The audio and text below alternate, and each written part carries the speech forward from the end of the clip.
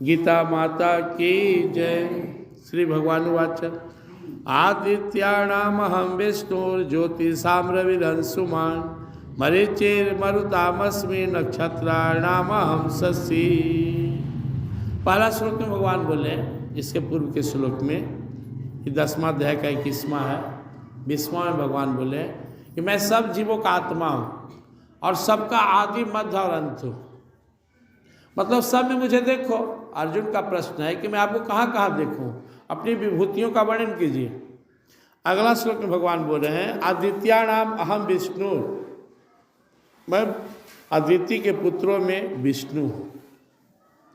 अदिति के पुत्र में विष्णु कहने का तात्पर्य भगवान का कि वामन महाराज बनकर भगवान आए थे। जब राजा बलि अपना 100 यज्ञ पूरा करने जा रहा था, वो अहंकारी था, अहंकार से कर रहा था, भगवान आए थे तो बोले मैं आदित्यानाम अहम विष्णु। दीति अदिति, दीति से दैत्य हुए, अदिति से सदेव हुए, तो बोले उससे मैं विष्णु भगवान हूँ। और ज्योतिषाम रविर अंशुमान, मैं ज्योतियों मतलब प्रकाश देने वाले में, किरण प्रकट करने वालों में मैं सूर्य हूँ, अंशुमान।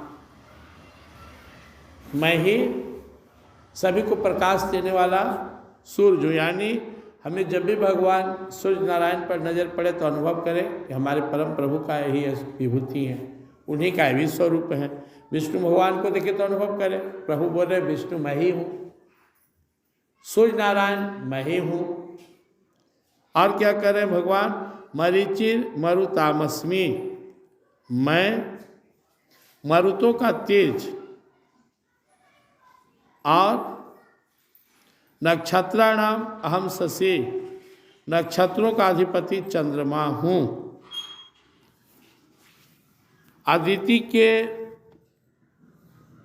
जितने पुत्र हैं उन सब में विष्णु भगवान मुख्य हैं और वही वामन रूप में प्रकट हुए थे। इसी तरह दुनिया में जितने भी प्रकाशमान आप चीज़ देख रहे हैं उनमें सबसे प्रधान सूर्य भगवान है। भगवान ने उनको अपना स्वरूप बताया। और सत्य, ज्योति, आदित्य, हरित आदि नामों वाले जो 49 मरुत हैं, उनका जो मुख्य तेज है, जिस तेज के प्रभाव से वे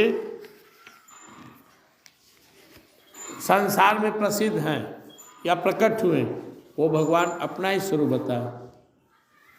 अपने यहाँ कई नक्षत्र हैं, अश्विनी, भरणी, कृतिका, इस तरह अपने 27 नक्षत्र हैं। उन सब का जो अधिपति चंद्रमा है, भगवान उनको अपना स्वरूप बताया। इस तरह भी हम अनुभव कर सकते हैं। अब चंद्रमा पर नज़र पड़े तो हम भगवान को अनुभव कर सकते हैं उनके अंदर कि मेरे ही प्रभु के हैं। हम लोग पहले ही उदाहरण दिए,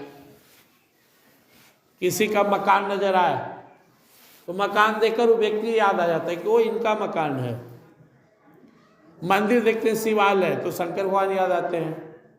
बजरंग बली का मंदिर है तो बजरंग बली याद आते हैं। किसी का बाल बच्चा देख के याद आता है, उसका बाप नजर आता है कि वो उनका बेटा है। तो ये जो भगवान की विभूतियाँ हैं, इन विभूतियों के माध्यम से हम अपने परम प्रभु का अनुभव कर सकते हैं कि ये मेरे ही प्रभु के हैं। बस इतना ही समझना है।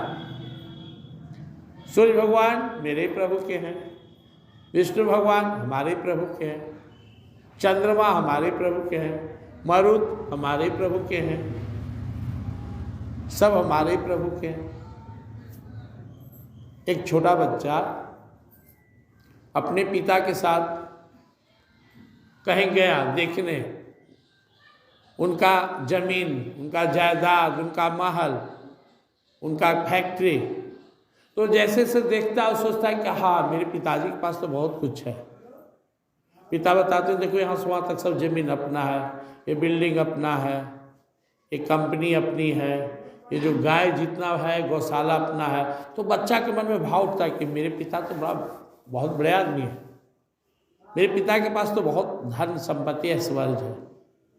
तो भरोसा बढ़ता है, उसका आत्मविश्वास बढ़ता है कि अब तक बच्चा सोच रहा था कि कुछ नहीं है पिताजी का, अब पिता का नहीं तो मुझे भी नहीं, मैं भी गरीब हूँ, मैं कमज़ोर हूँ, मैं कैसे जीऊँगा।